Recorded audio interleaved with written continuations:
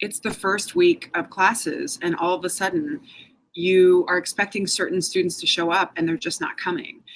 You have planned a class size and you've made financial projections based on estimates, and the students are just not there. This is a challenge that we're hearing more and more happening around the country. And today I want to bring to you an expert in the field on a variety of topics, but someone who has a lot of experience with this particular challenge, to help us diagnose exactly how you figure out when you have an enrollment drop or you're not hitting your numbers, what's happening and how you fix it. So the person I'm bringing in is the Senior Vice President for Student Success at Georgia State, Tim Renick. Thank you so much for joining us today, Tim. Hey, Bridget, good to be here. All right, so I just gave them a little bit of a taste of a scenario that I've heard far too many times, which is, we just don't know. Like, our numbers are just not what we thought they would be. And you're someone who has sat not just in enrollment management, but kind of spanned all of student success. So I'm hoping that you can help us talk through what you do, what you have done, what you have learned, but also what kinds of programs should people think about to try and fix enrollment issues and getting students the support they need when you're dealing with kind of more like granular challenges? Mm-hmm. Sure. It's not easy work. It is, in a sense, detective work. What you're trying to do is look at the evidence that's available to you and make a diagnosis of the circumstances. And once you begin to do so and get some comfort level for doing so, oftentimes the answers to the problem or the situation begin to be a lot clearer. So, a couple of years ago at Georgia State, we had a drop in the yield rate. So not as many students who were admitted were enrolling. Well, could be due to really dozens of different factors or context issues. And so we needed to look at the data. We needed to drill down and understand a little better about who wasn't showing up. So we began to disaggregate it and say, could we come up with a profile of the students who were enrolled at this time last year who are not enrolling this year?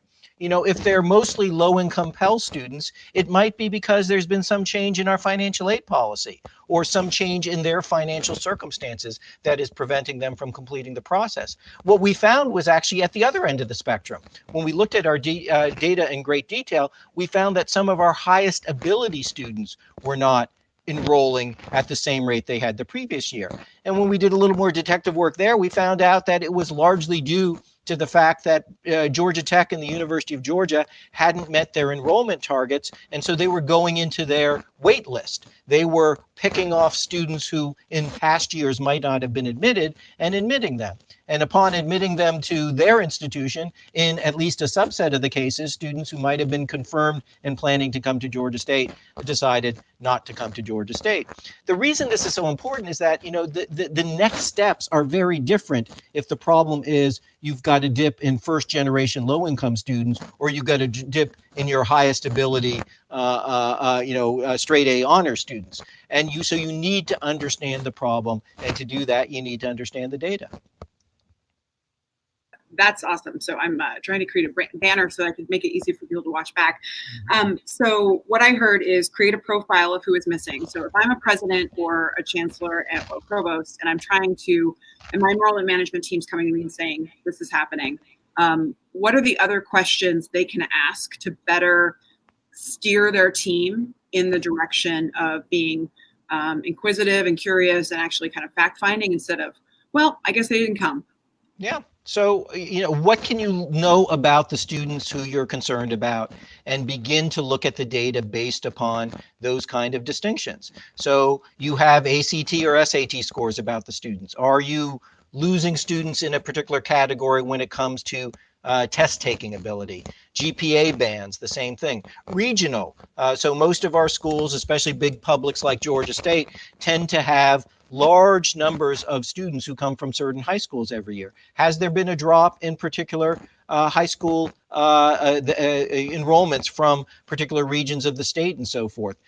Is it based on some race, ethnicity category along those lines? Is it gender based? Is it subject matter based? Are there fewer students coming in STEM fields and so forth? Before you begin to get that kind of profile, you're just guessing. And sometimes, the explanation for why our enrollment is dropping is something very generic, like, well, the demographics are not good in the state of Georgia, or high school graduation rates are going down, and so forth. That's not good enough. That's not good enough as a next step, and it won't provide you as a campus leader with the knowledge you need to be able to do something to remediate the problem. What you need to know is exactly who, what, and so forth is going on. I'll mention that a recent enrollment issue we were dealing with here at Georgia State, the literal answer to the problem, once we got to it, was the Gregorian calendar.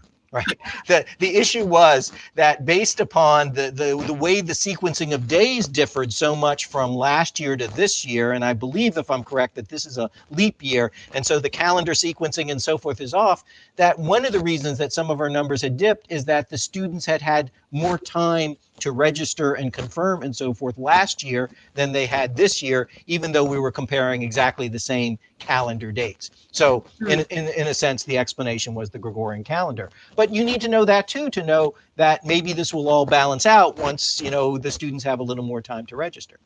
Okay, so if I'm a president, chancellor, provost, I don't live in enrollment management. I'm just a fan. As so many are. Yeah, long time listener. But I'm trying to think through. It's the start of the school year. You just got this unexpected news. It's obviously going to have financial consequences. People are going to need to redo some things in terms of class size, all that kind of stuff. So what can I think about? I'm trying to think about, like, how much time do they need? How do I set my team up to even investigate these things when it's a time of year when we might be inclined to just move on?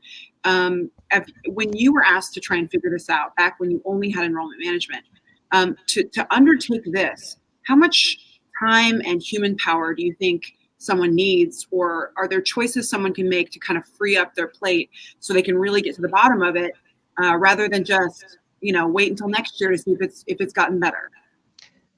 I guess the way I'll answer is the following, that whenever a president is asking these kind of pointed questions, especially if there's an enrollment decline, it's never out of curiosity alone, right? The president's not going to be satisfied with the answer as, oh, this is why we dropped. Okay, let's go on to the next issue. It's always going to be, so what can we do to fix it? And so unless you dedicate that time and energy to diagnosing the problem and understanding it, then you're not going to have an efficient next step. It's going to be a huge waste of time. The example I gave a moment ago, and these aren't hypothetical, they're things that we faced at Georgia State at one point or another. If the decline is in first generation low income Pell students, or the decline is in these high ability honor students, very different next steps you would take. When we started to see some of the issues of confirmations with our low-income students, that's when we began to develop a Summer Success Academy, a program to bring students in earlier, to make sure that they're grounded. We improved over a course of 2 or 3 years our yield and then retention rates for our Pell students by over 20 percentage points because we put the resources to deal with that particular problem. When it's the honor students who are not attending, it's a very different set of responses that you have. Then we began thinking about how we can do campus tours differently. Can we bring faculty members into the process of the campus tours so that the students, before they take their first classes at Georgia State, can begin to meet some of the research faculty and so forth? Could we do a summer program for them, but rather than orientation to academic life, let's give them an orientation to all the research opportunities and so forth at Georgia State? So when your question is about workload, my strong belief is that the workload is greatly reduced when we understand the problem as well as we can, because then we can respond in the appropriate fashion. And I've been around a lot of tables where the initial response is, let's throw something against the wall and hope it works. So now you're making me think through, the folks who are going to be trying to unpack this issue, who are trying to figure out what happened. Are they the right ones to decide what to do? Or should a team be constituted to take in that information and figure out a plan? I'm just trying to figure out, like, who needs to be brought together. If it is like a summer bridge program, or if it is a chat bot or whatever, I don't know that an enrollment manager trying to figure out what happened is the right person to make that call. Yeah, and that's a good opportunity to mention one of the distinctive administrative characteristics of Georgia State when it comes to student success. I've been doing this for 12 years now, and technically 12 years ago, I was appointed the person responsible for student success. But at that time, I oversaw 3 offices and all told about 150 staff lines. Today, I oversee 16 offices and over 1,000 staff lines. And the reason that we have moved things around administratively, moving offices from one VP division to another and so forth, is the answer to your question. Because you do need to have the right people around the table. They need to be around the table, not just occasionally, once or twice a semester, but week after week, day after day. And what we found is that if we wanted to solve admissions problems, so our freshman class wasn't going to be large enough or meet our targets and so forth, it wasn't enough just to talk to the data and the admissions people. We needed the advising people because they had the bandwidth to make phone calls and reach out to students. We needed our financial aid people around the table because they were the ones that were packaging the students. And in many cases, the size and the nature of those packages determine whether the student was going to enroll or not. So we came to this model where student success is kind of the epicenter for a bunch of offices that at some universities are scattered about administratively, because those were the offices that need to come together and make the decisions. And I'd say some of our most innovative programs, at least those programs we're credited for being innovators about, were the result of putting that mix of people around the table. So the Panther retention grants, you know, this program where we've given, I think, over 16,000 micro grants to students who are about to drop out. I don't think that program would have ever come about if we were only dealing with the financial aid office alone. It was dealing with financial aid and dealing with advising and dealing with the student success and the tutoring teams and all the others who came together to say, here's a problem that we see collectively. It doesn't impact just one office, it impacts multiple offices. And here's a solution that we can put together that requires the talents of multiple offices. The reason that retention grant program works is not merely because we have financial aid people around the table, but we have the academic advisors using data to make good academic decisions about which students are at risk and which students would most benefit academically from getting one of these microgrants. That's super helpful. You're making me wonder about, is there any additional data that leaders should ask for, or any additional context beyond just numbers? Have there been any recent changes in our admissions policy? Have there been any recent changes in the regional campus policies?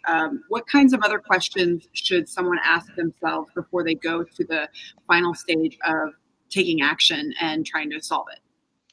I think we're living in exciting times as far as that's concerned. When I started 12 years ago, it was largely the iPad's data or bust. You took that and that's what you dealt with. And just yesterday in the Chronicle of Higher Education, they released a ranking, a data-based ranking, which I found very instructive. It was entitled, how community colleges get disparaged for low success rates by the type of data we collect. And they compared the success rates of over 800 community colleges based first on just their IPEDS graduation rate. How many of the associate degree seeking students actually get an associate's degree in 3 years? And then they added the component of, but how many of these students who don't get their associate's degree successfully transfer to a 4-year institution?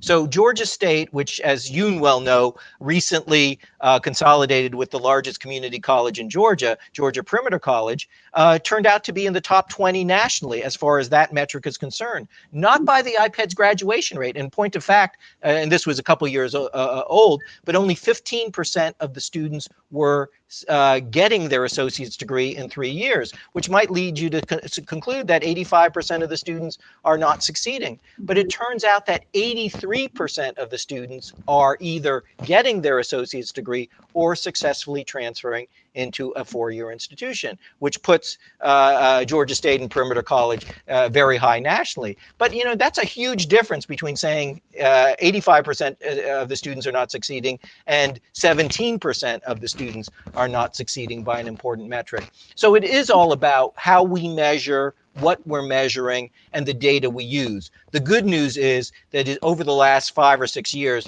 we've become so much more data savvy as enrollment managers and as people in the student success field, looking at many, many more metrics. So a president in the past who might have been completely frustrated, why are our graduation rates so low for our 2-year students, now has the ability if asking the right questions, to see a very different picture of what success might be. And I'll tell you that President Becker was very pleased with, that Chronicle data set that came out yesterday. No, it's great. Well, I'm going to put that on my list of talking points then.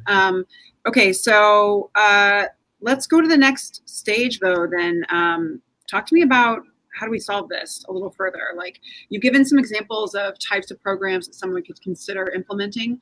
So let's just pick a variable and walk through it. What do you think is the most common change that people could take action to address? Low-income students not coming, or?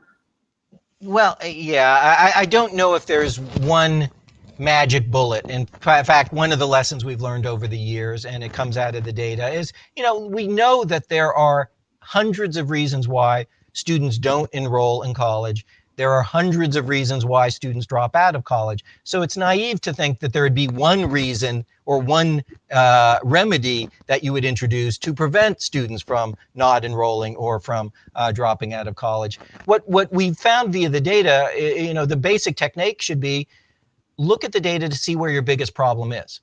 Okay? And that will be different from campus to campus. What is true at Georgia State is not necessarily true at other institutions. The reason the Panther Retention Grant Program came about is because about 60% of our students are Pell eligible, and we were finding that we had a huge problem with students dropping out in their senior year. Right? These were students who were academically on track, doing everything right, but in many cases they had extended beyond the 4-year scholarship dollars, or in some cases their Pell eligibility. And while academically there was no reason for them to drop out, nor did they want to drop out, by the thousands they were leaving the institution because their funding was running out short. That's what the data showed us was a really large problem of the scale of over 1,000 students a year. And so that's why we came up with the Panther Retention Grant Program. What we've seen since we've scaled the Retention Grant Program and Completion Grant programs across the UIA is, while those completion grants have been useful at the vast majority of University Innovation Alliance schools, they haven't always been useful in the same way they were useful at Georgia State. What we found at Purdue is that there are very few seniors, because the student body overall is first, better resourced financially, fewer Pell and low-income students, and secondly, higher ability academically, so they're more likely to power through their requirements in 4 years, that at Purdue there wasn't much need to help seniors with these particular micro grants, but it might be a different population that is struggling at some of these other institutions. So that's why, it sounds like a cliche, but we say, start with the data, let the data inform your decisions. That's what it's all about. Because if, a Cal Riverside or Purdue were to take the lesson of Georgia State about completion grants and try to apply the program in exactly the same way, implemented in the same way, it would have been totally ineffectual. They need to understand what's tripping up their students financially and find a way to use those microgrants to help the students at those moments. Okay, so I have an example. Yesterday I was at an event, and someone asked me about, it was low-income students not coming, and they their initial sense was, I would best describe as a story one could tell themselves about. It wasn't their responsibility, or it was something that was not about that institution.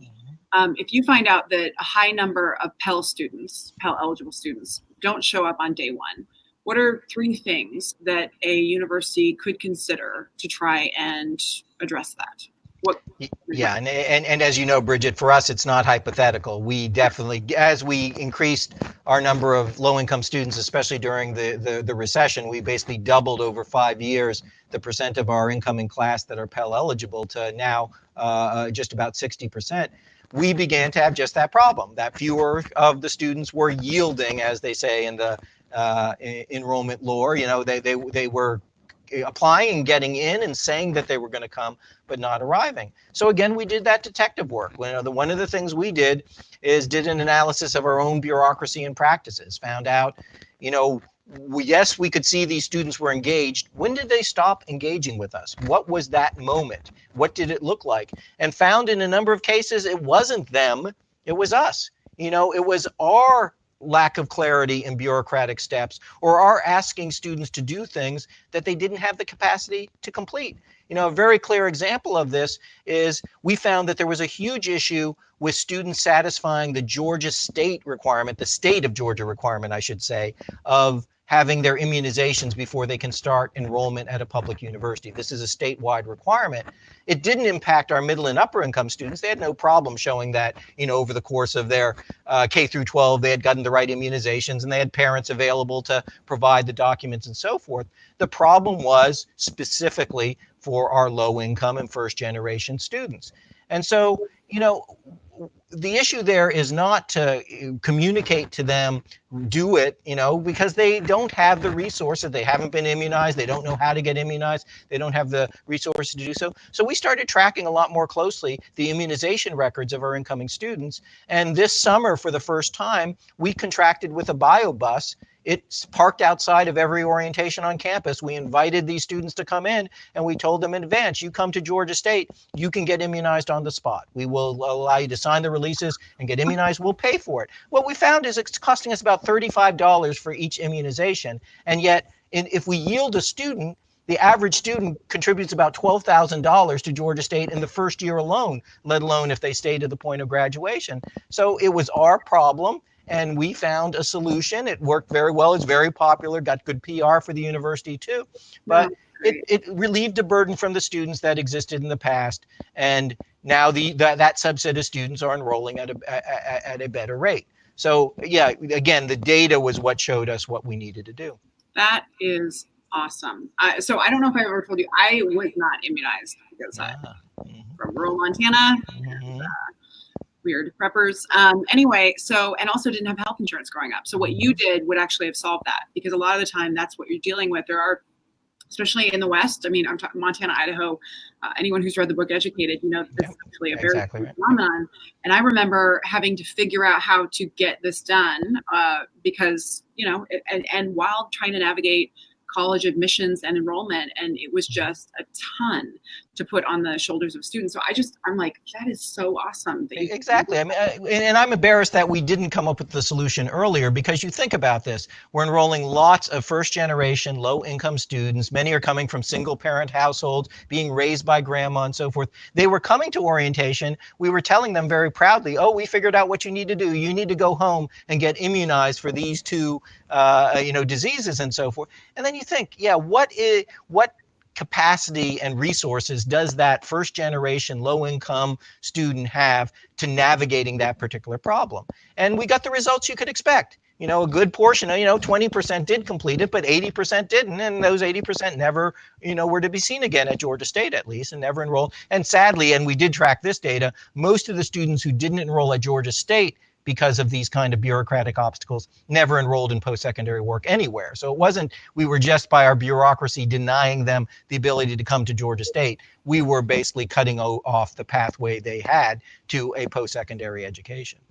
Okay, well, this is very helpful. And I can't tell you, so we get asked questions all the time about things like this. I obviously am not the expert. So the goal today was to try and bring an expert to the people and make it so that we can be able to start accumulating more of this wisdom in an accessible format that folks can leverage. And Tim and I are going to start doing these on a fairly regular basis. Our next one is in, I think, 2 weeks. And I would suggest that our next step that we try and tackle change when you start seeing students dropping off in those first few weeks, and trying to figure out exactly how an institution can diagnose that next level of retention, that first phase. Sounds like a good plan. Great. All right. Well, I'm just still super impressed by the bus idea. And so thank you so much for helping us try and solve one of the many challenges in higher ed. We hope this has been helpful for you at home. If there are other questions that you have that you'd like to have us ask Tim or any other expert, be sure to send me a message either on Twitter. This is going live on Periscope, or on our Facebook page. And this way we can start accumulating more of this insight to just make sure that is readily available, and it doesn't require you to travel to a conference or spend a ton of time, reading some long paper, when really you want the talent and expertise of the folks that are out in the field right now, and that we happen to know, hopefully. So, all right. Thanks so much, Tim. And I hope you Thank have you, Bridget. a day. Great.